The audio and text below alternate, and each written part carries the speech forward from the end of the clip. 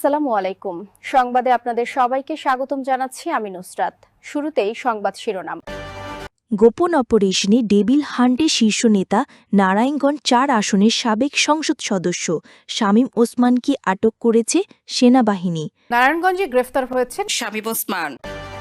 এবং সর্বশেষ জানাব, জাতীয় নির্বাচনকে প্রভাবিত করতে ভিন্ন নামে ভিন্ন চেহারায় বাংলাদেশে প্রবেশ করছে ভারতের গোয়েন্দা সংস্থা রয়ের একদল অপারেটিভ। এতক্ষণ শুনছিলেন সংবাদ শিরোনাম, এখন বিস্তারিত। আমাদের অন্য কোনো দলকে দমন করার জন্য পুলিশের দরকার নাই। নারায়ণগঞ্জে আমরা একলাই যথেষ্ট, আওয়ামী লীগ যথেষ্ট। আমি এসপি সাহেবকে প্রতিনিধি বলছি, I don't need the police supports. রাত্রেবেলা ডাকলে ওখানে 2 লাখ লোক বাড়ি করতে আমার 1 ঘন্টা সময় লাগে, ওই ক্যাপাসিটি আমার আছে। আমি 79 সনে জিয়াউর রহমান আটকা রাখা লোক আমরা।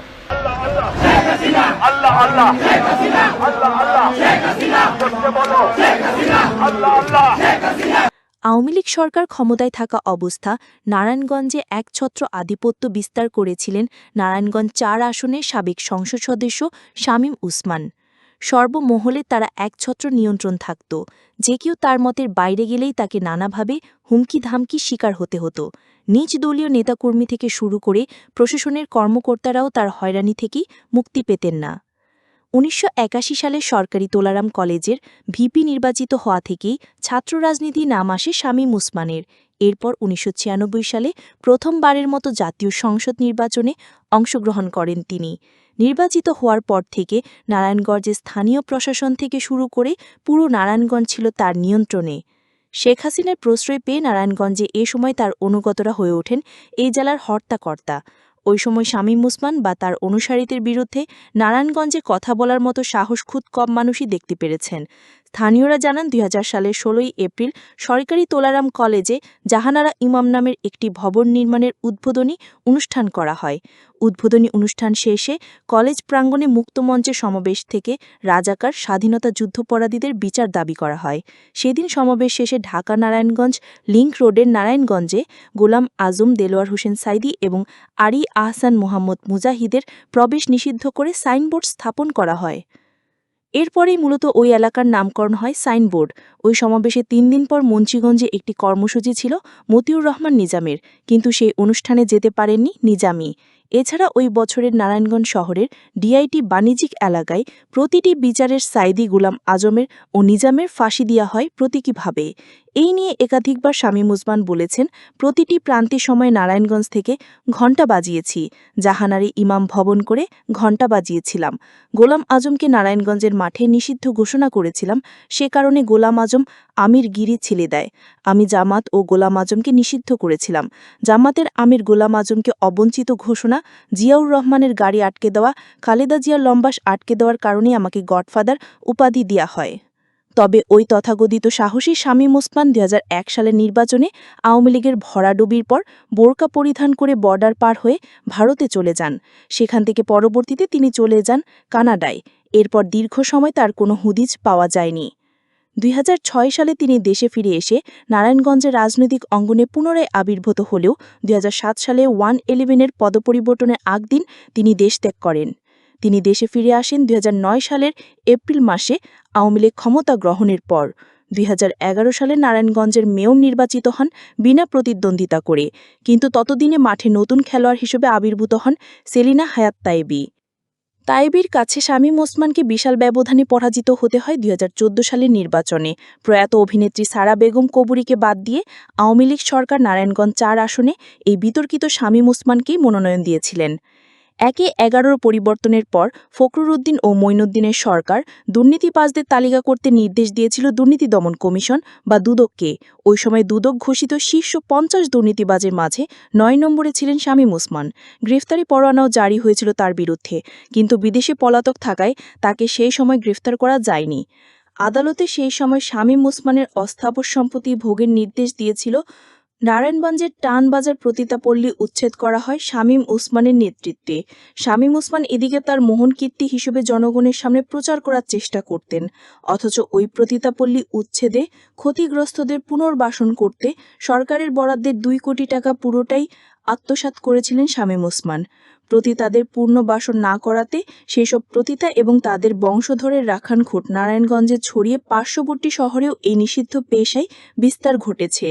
নারায়ণগঞ্জে বেসিক শিল্প এলাকার শোভর নারায়ণগঞ্জের অন্যান্য এলাকার গার্মেন্টসের জুট ব্যবসায় শামীম ওসমান নিয়ন্ত্রণ করতেন। নারায়ণগঞ্জের শীতলক্ষ্যা বুড়িগঙ্গা নদীর বিভিন্ন খাত থেকে জাহাজের তেল চুরির সিন্ডিকেট তার অনুগত বাহিনী নিয়ন্ত্রণ করত। তাছাড়া ফুটপাত দখল করে হকারদের কাছ থেকে চাঁদা আদায়ে বাস এবং পরিবহন থেকে চাঁদা আদায় ইত্যাদি নানা সিন্ডিকেট শামীম ওসমান প্রত্যক্ষ নির্দেশে নিয়ন্ত্রিত হতো। শামীম ওসমানের কোম্পানি IGU নিউ লাইসেন্স বাতিল, এই সংবাদটির দিকে এবার আপনাদের দৃষ্টি ঘটে চাই। 2014 সালের অবৈধ ভিআইপি ব্যবসায় শামীম ওসমানের জড়িত থাকার প্রমাণ পাওয়া গিয়েছিল। ওই সময় মন্ত্রিসভার একটি বৈঠকে শামীম ওসমানের বিরুদ্ধে অবৈধ ভিআইপি ব্যবসায় জড়িত থাকার অভিযোগ তোলেন তৎকালীন টেলিযোগাযোগ ও প্রযুক্তিমন্ত্রী আব্দুল লতিফ সিদ্দিকী। জানা যায় শামীম ওসমানের স্ত্রী লিপি ওসমান ও ছেলে অয়ন ওসমানের নামে থাকা দুইটি কোম্পানি ইন্টারন্যাশনাল গেটওয়ে ও IGU ভিআইও লাইসেন্স বাতিল করে দেন বিটিআরসি। শামীম ওসমানের মালিকানাধীন কে টেলিকমিউনিকেশনের আছে বিটিআরসির কাছে বকেয়া ছিল 78 কোটি 20 লাখ টাকা। ওই টাকা শামীম ওসমান পরিশোধ করেননি।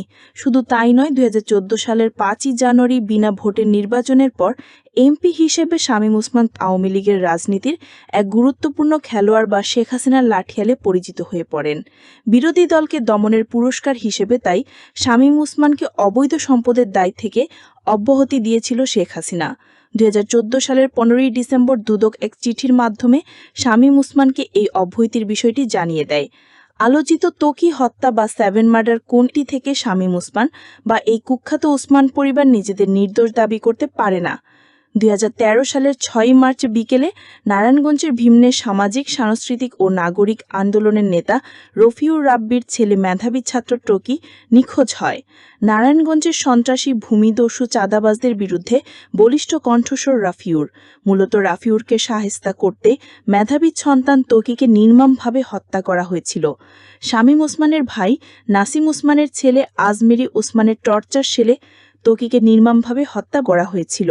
জনগণের প্রবণ চাপে ত্বকী হত্যার রহস্য উন্মোচনে প্রশাসনে বসেছিল। অবশেষে ত্বকী হত্যার অভিযোগে গ্রেফতার হন আজমেরি ওসমানের ক্যাডার সুলতান সহকৃত ভবন। গ্রেফতারের পর জবানবন্দিতে ভুমর বলেন, আজমেরি ওসমানের টর্চার সেলে 2013 সালের 6 মার্চে ত্বকীকে নির্মমভাবে হত্যা করা হয়। আজমিরের নেতৃত্বে হত্যাকাণ্ডে বেশ কিছু অফিসিয়াল সংবাদপত্রে প্রকাশ করা হয়। গত বছর একটি পত্রিকা অফিসে অভিযান চালিয়েছিলেন আজমেরি ওসমানের অনুসারীরা। শামীম ওসমান পরিবারের বিরুদ্ধে সংবাদ প্রকাশ করাকে নিরাপত্তা ঝুঁকিতে থাকেন সাংবাদিকরা। তাছাড়া সংবাদ পছন্দ না হলে কোস্টগার্ডের রোষানলে পড়েন সাংবাদিকরা। এমন কোন কাজ আছে দৈনিক সংবাদে? নারায়ণগঞ্জের নিজস্ব প্রতিবেদন সাংবাদিক 1998 সালে চা সারা হলে ডেকে নিয়ে মারধর করেন সাবেক ওই সময় শামীম ওসমানের স্বার্থবিরোধী সংবাদ প্রকাশের কারণে সাংবাদিক ওহিদুল হক খানের প্রেস ক্লাবের সদস্যপদ বাতিল করা হয়েছিল। এখন আমাদের দেশে বিভিন্ন চেহারায় ভিন্ন ব্যাসে বাংলাদেশে প্রবেশ করছে ভারতের গোয়েন্দা সংস্থা রয়ের একদল অপারেটিভ। ভারতের প্রধান গোয়েন্দা সংস্থা রয়ের একদল অপারেটিভ 27 ফেব্রুয়ারি সাংবাদিক জুলকার নায়েন তার স্বামী নিজের ফেসবুক পোস্টে লিখেছেন, সম্প্রতি ধরনের আরেকটি দল বাংলাদেশে প্রবেশ করেছে। অভিযোগ রয়েছে বাংলাদেশকে অস্থিতিশীলের ষড়যন্ত্রসাবি জড়িত ভারতের গোয়েন্দা সংস্থাটি, বিশেষ করে বিডিআর হত্যাকাণ্ডের মতো সংবেদনশীল ইস্যুতে অনেক বিশ্লেষক রয়্যাল সংগঠিততা থাকেন বাংলাদেশের একদল গোয়েন্দা প্রবেশ কোনো ষড়যন্ত্রী জনঅভ্যুত্থানে ক্ষমতাচ্যুত শেখ হাসিনা ভারতে পালিয়ে যাওয়ার পর থেকে বাংলাদেশ ভারত সম্পর্ক তারিখে শেখ হাসিনাকে ভারতে আশ্রয় দেওয়ার, সীমান্তে শিশুসহ নানা ঘটনার বিপরীত মেরু